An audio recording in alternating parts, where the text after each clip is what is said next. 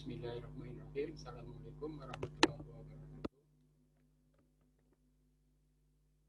Alhamdulillahirabbil alamin wa bihi nasta'in wa ala umuri dunyadin.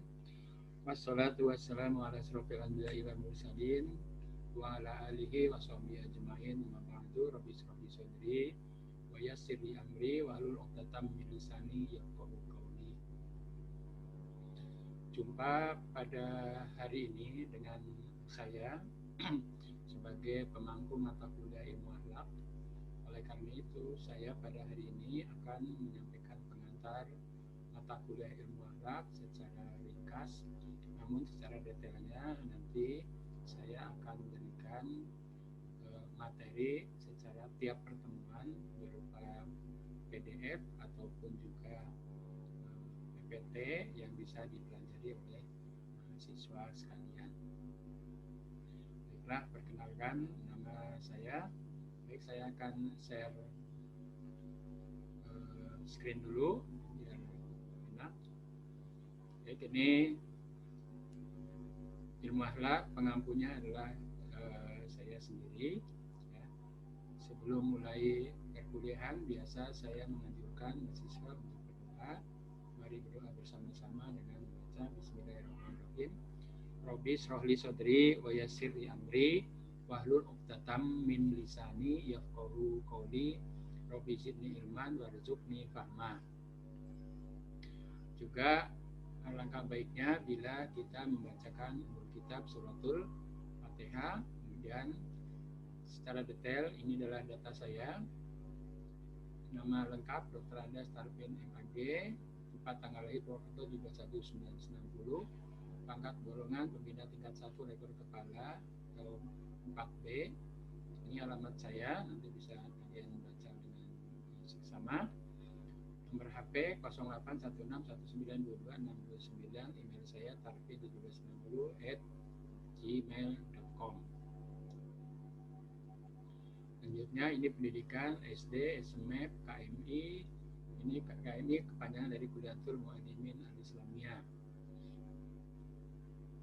Universitas Indonesia Sarjana Muda 87, kemudian Universitas Indonesia Sarjana Lengkap 1988, Pasca Sarjana S2 IAIN Syarif Hidayatullah Jakarta, tamat tahun 2000.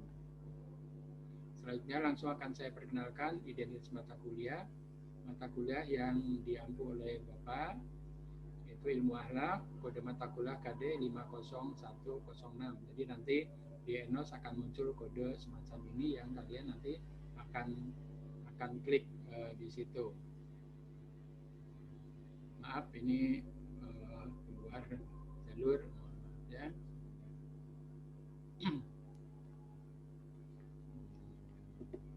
Salah pencet jadinya munculnya lain lagi.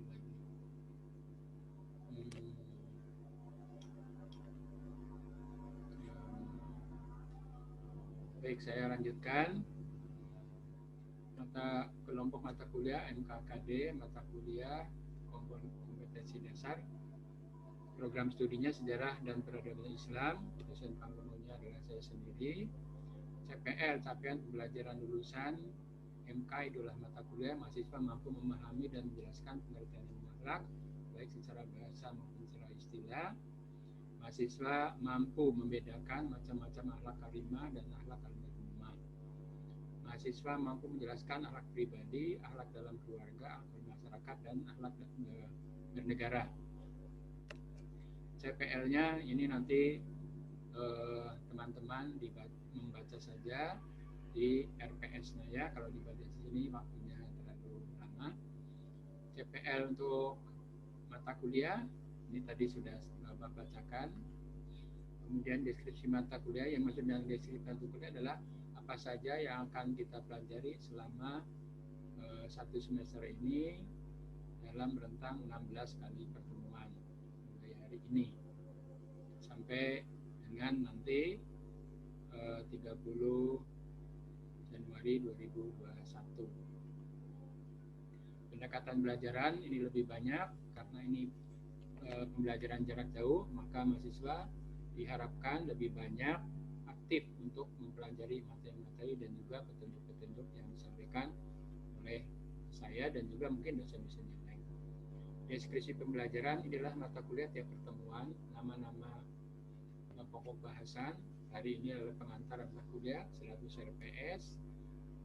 Sumbernya adalah silabus dan SAT yang nanti akan Bapak sampaikan, saya share. Kemudian pengertian ruang lingkup dan manfaat ilmu akhlak. Di sini mempelajari asal-usul kata akhlak itu sendiri, baik secara bahasa maupun secara istilah. Secara istilah berarti menurut para ahli. Sedangkan bagian yang paling belakang di urutan di sumbernya yaitu buku rujukan atau referensi nomor 1, 2, 4, dan 5. Ini menunjukkan buku referensi yang ditunjukkan. Pertemuan kedua itu diberi bab 1 karena memang dalam buku yang saya susun, pertemuan 2 itu menjadi bab 1, judulnya adalah pengertian ruang lingkup dan manfaat ilmu akhlak. Di sini mempelajari tentang asal-usul kata akhlak dan juga baik secara bahasa maupun secara istilah. Pertemuan ketiga membahas tentang sejarah pertumbuhan dan perkembangan ilmu akhlak.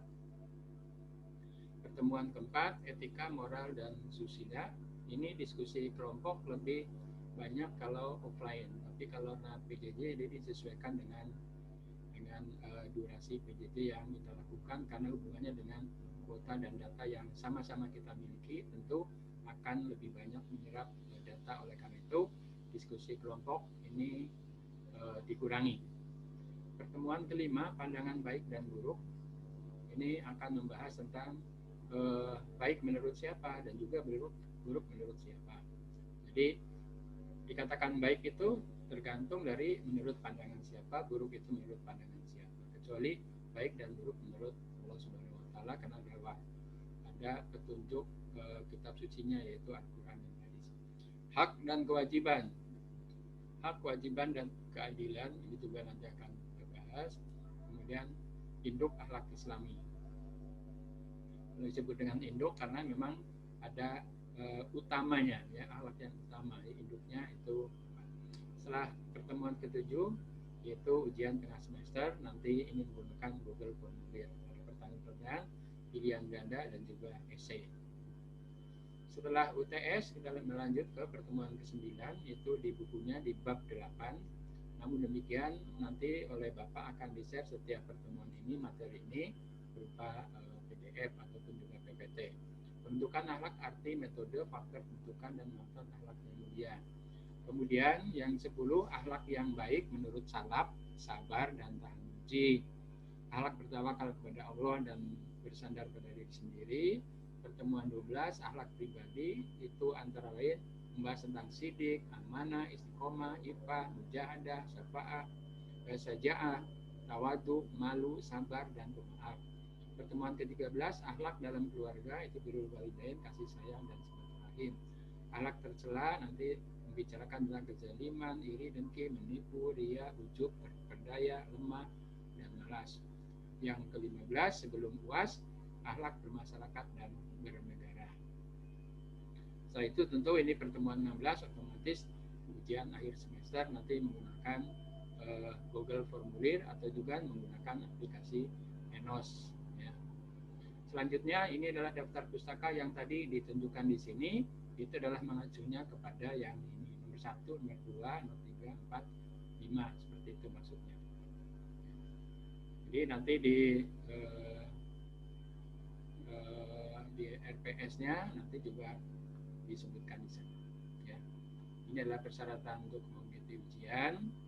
Jadi mahasiswa dapat mengikuti ujian UTS itu 16. Kalau telah mengikuti minimal 6 kali pertemuan, sedangkan mengikuti UAS berarti 12 kali pertemuan. Atau dipresentasikan keseluruhan untuk mengikuti UAS itu apabila mencapai 75%. Karena kehadiran itu nanti akan dihitung prosentasenya.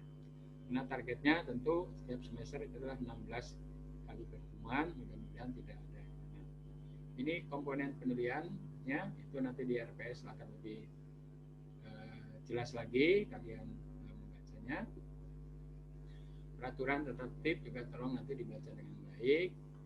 Ini adalah penilaian portofolio, berarti di sana ada formatif, kehadiran, tugas kelompok, dan juga tugas sendiri, masing-masing ada puputnya. Ini di RPS juga sudah ada. Ilustrasi saja, jika di portofolio ini rata-ratanya mendapat 90, maka 90 itu dikalikan 3 dan hasilnya 270. UTS dapatnya 80 nilai 80 dikalikan 3 240. UAS 90 misalnya dikalikan 4 306, jumlah keseluruhan 870. Nanti dibagi 10 nilainya rata-rata 87 itu sama dengan A. A itu menjadi kalau di huruf mutu kan ini udah A adalah huruf mutu diindekkan menjadi 4 ya. 4 itu adalah nilai tertinggi atau indeks tertinggi. Ini rentang nilai, berapa rentang nilai A, B, C, D itu di RPS juga sudah dijelaskan. Ini identitas saya, di sana di RPS juga sudah ada. Ini contoh-contoh cover buku ilmu akhlak yang digunakan ya, utamanya adalah diambil dari buku Abu Dinata ya. Tentang cover, Anda jangan risau dengan cover-cover yang berubah setiap edisinya. Jadi yang penting judulnya sama, kemudian pengarangnya juga sama, isinya paling perbaikan. Ini adalah contoh cover buku yang Bapak rujuk ya, Bapak rujuk dari buku-buku yang jika nanti Anda ditugasi untuk membuat makalah, maka format makalah itu nanti seperti ini. Ya.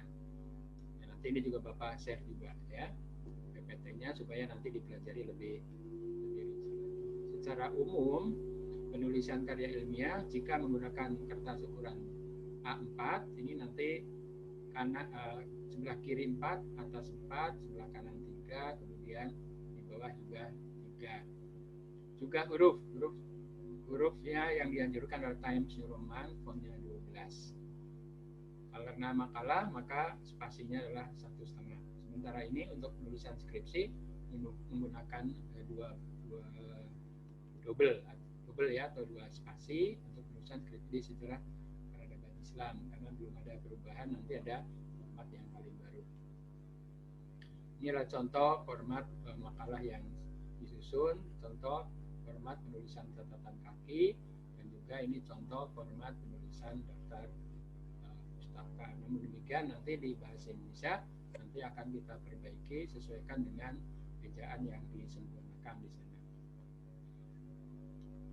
Ini buku pegangan yang Bapak susun ya. Tapi nanti Bapak tidak memberikan secara utuh, tapi akan diberikan tiap-tiap pertemuan saja materinya.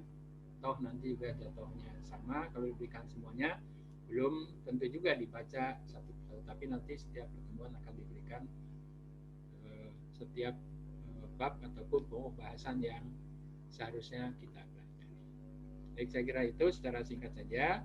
Kurang lebihnya tentu Bapak mohon maaf ya, tidak bisa menjelaskan secara utuh dan lebih banyak lagi ya, karena untuk merekam ini dibatasi waktunya 15 menit ya. Ya, kita akhiri pertemuan ini dengan sama-sama membaca doa kafaratul majlis. Subhanaka Allahumma wa bihamdika la ilaha illa anta astaghfiruka wa atubu ilaik. La haula wala quwwata illa billahil aliyyil azim. Assalamualaikum warahmatullahi wabarakatuh.